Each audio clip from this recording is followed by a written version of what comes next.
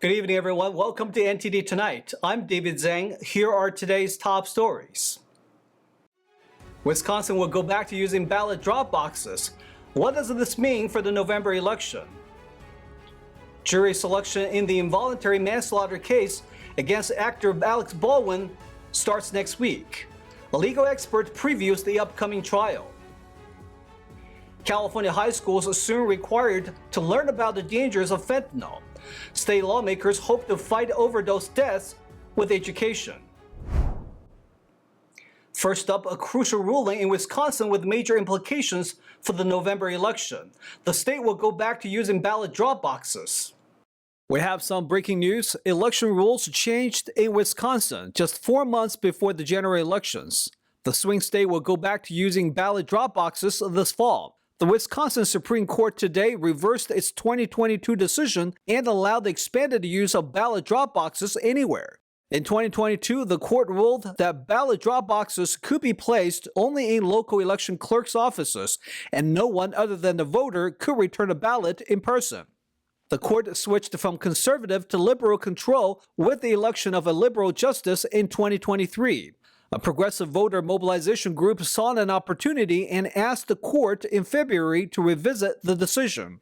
As a crucial swing state, Wisconsin's use of ballot drop boxes could have major implications. Democrats believe that making it easier to vote absentee will boost the turnout for their side. California Governor Gavin Newsom offers up a forceful defense of President Biden. He told Democrats in Michigan that Biden has a record and energy to win a second term despite any doubts to the contrary. Here's Newsom. Look at his schedule. Look at the fundraising things that you don't see. All that work, the work you're doing behind the scenes, the phone calls you're making all times of night, alliance management, everything's being prepared for NATO this week, what they're doing to land a deal with Hamas and Israel. So that's called human, and God bless. I like when a president acknowledges they're human. Joe Biden, regardless of time of life, has a quality of imagination where he's delivered more than any president in my lifetime in just 3.5 years. I care about old-fashioned. I care about, results and outputs, and he's producing. Newsom's pitch at an Independence Day picnic in Michigan is part of the widespread effort from Biden's re-election campaign and the White House. They aim to reassure party activists and voters that Biden is up to the job after concern following his debate against the former President Trump. The California governor is among those mentioned as potential replacements should Biden step aside. Newsom sidestepped the questions about whether he would support Vice President Kamala Harris for the nomination if Biden dropped out. 3 people are dead and 8 others injured after a pickup truck drives into a group celebrating the 4th of July in New York City. Police say a Ford F-150 came down the street at a high rate of speed shortly before 9 p.m. yesterday. The truck went through an intersection, past the stop sign, and into a park on Manhattan's Lower East Side. 2 victims were confirmed dead at the scene. A third was later pronounced dead. The injured included people in critical condition. A fire department crew found the pickup truck on top of 4 of the victims. Firefighters worked to quickly extricate them before emergency medical personnel began treatment. Investigators do not believe the crash was an act of terrorism and say alcohol was likely a factor in the crash. Hurricane Beryl made landfall in Mexico's Yucatan Peninsula as a Category 2 storm early this morning. Meanwhile, in the Caribbean, humanitarian assessments are underway to get a better understanding of the extent of the damage. In Grenada, our partners said that the hurricane caused extreme damage to the islands of Carriacou and Petit Martinique, where 70% and 97% of buildings were damaged, respectively. In St. Vincent and the Grenadines, 90% of homes on Union Islands were affected, while on the island of Canouan, nearly all buildings sustained damages, with roofs ripped off and severe shortages of water and electricity reported. The International Federation of Red Cross and Red Crescent Societies said the severity of damage is tangible and devastating.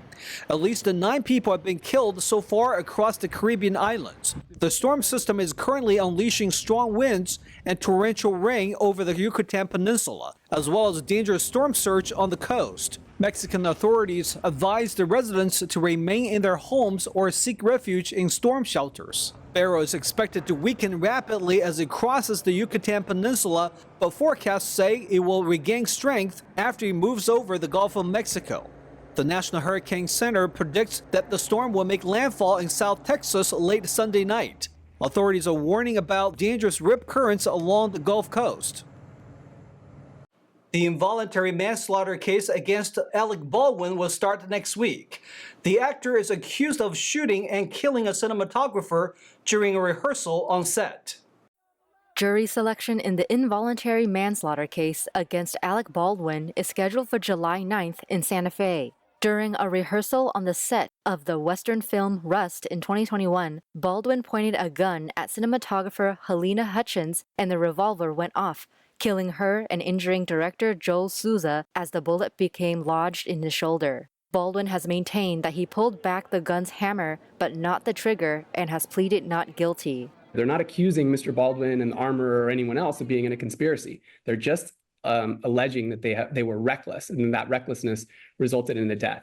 So by civil law standards, it is common for someone like Mr. Baldwin to be held responsible for what happened. At trial, attorneys plan to call on witnesses from a court-approved list of more than 60 people. They include Souza, as well as the assistant director, and an array of first responders, investigators, firearms experts, and close-range witnesses to the shooting. According to the defense attorney, Baldwin isn't listed but has the right to testify at his own trial. If he fails to testify, this could affect the jury's perception of the actor-producer. Baldwin's fame will also weigh heavily on the case. I would be surprised if they're able to impanel a jury that is not familiar with Mr. Baldwin's work as an actor. People may allow that to affect their decision one way or the other. And in a high-profile case like this, I think it's difficult to 100% guarantee that things that are not in evidence, such as the celebrity of Mr. Baldwin, it's difficult to guarantee that won't get in the way and influence the juror one way or the other.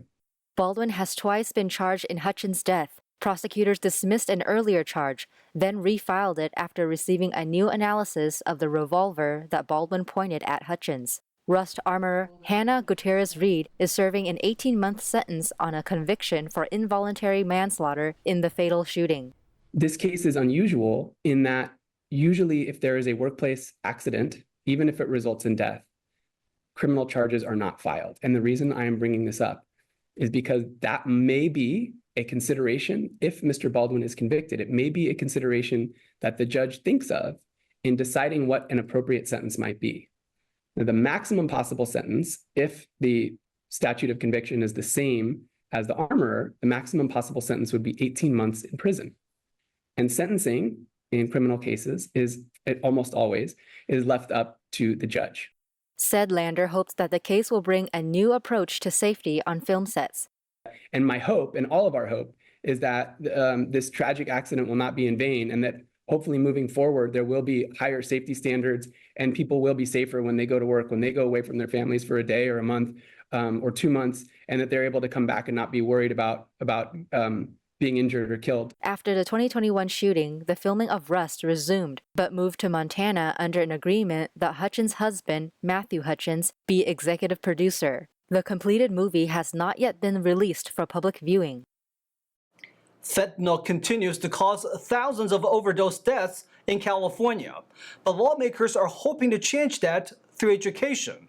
A new bill recently signed into law will require students to learn more about the drug.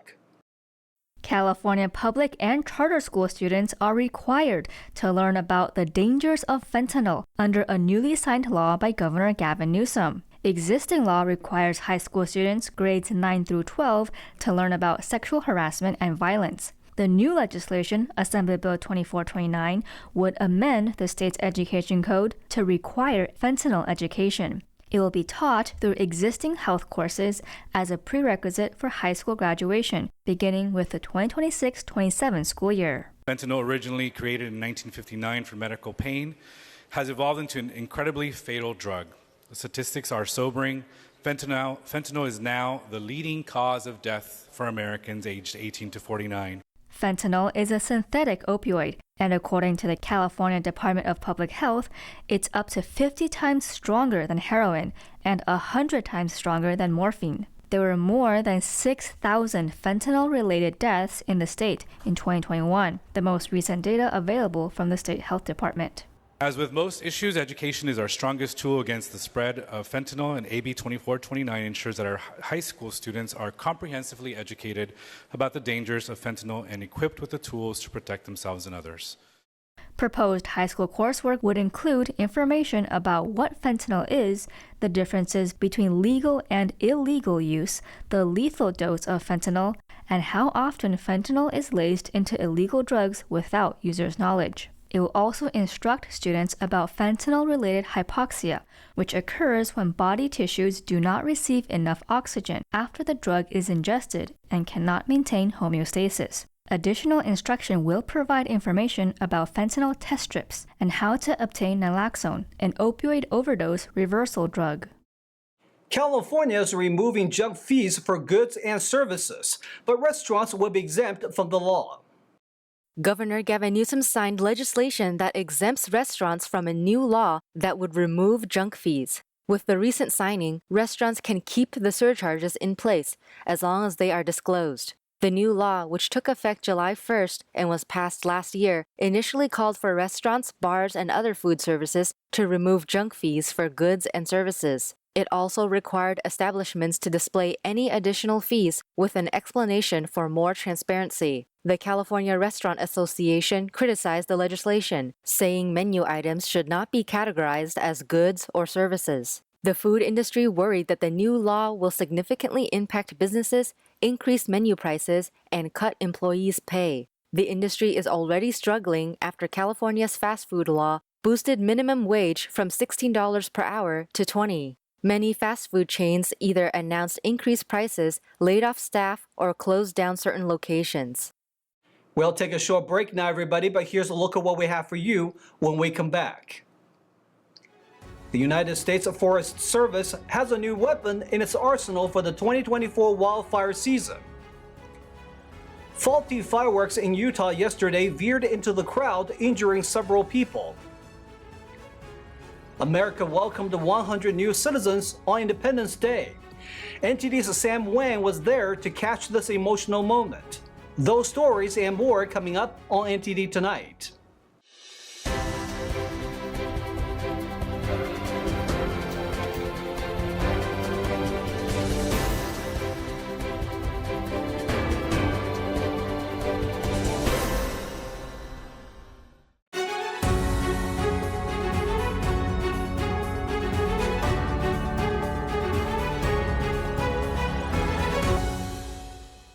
Welcome back to NTD Tonight. I'm your host, David Zhang. The United States Forest Service has a new weapon in its arsenal for the 2024 wildfire season. 3 new aircrafts provided by Montana-based Neptune Aviation Services. The aircraft help ensure aerial capabilities year-round, especially during the heart of wildfire season. Here's the story. This is the newest weapon in the United States Forest Service's arsenal. It's one of 3 aircraft that the USFS has enlisted for the 2024 wildfire season. Each plane can load 3,000 gallons of water or fire retardant in as little as 6 minutes. It also doesn't require ground support, making them highly independent.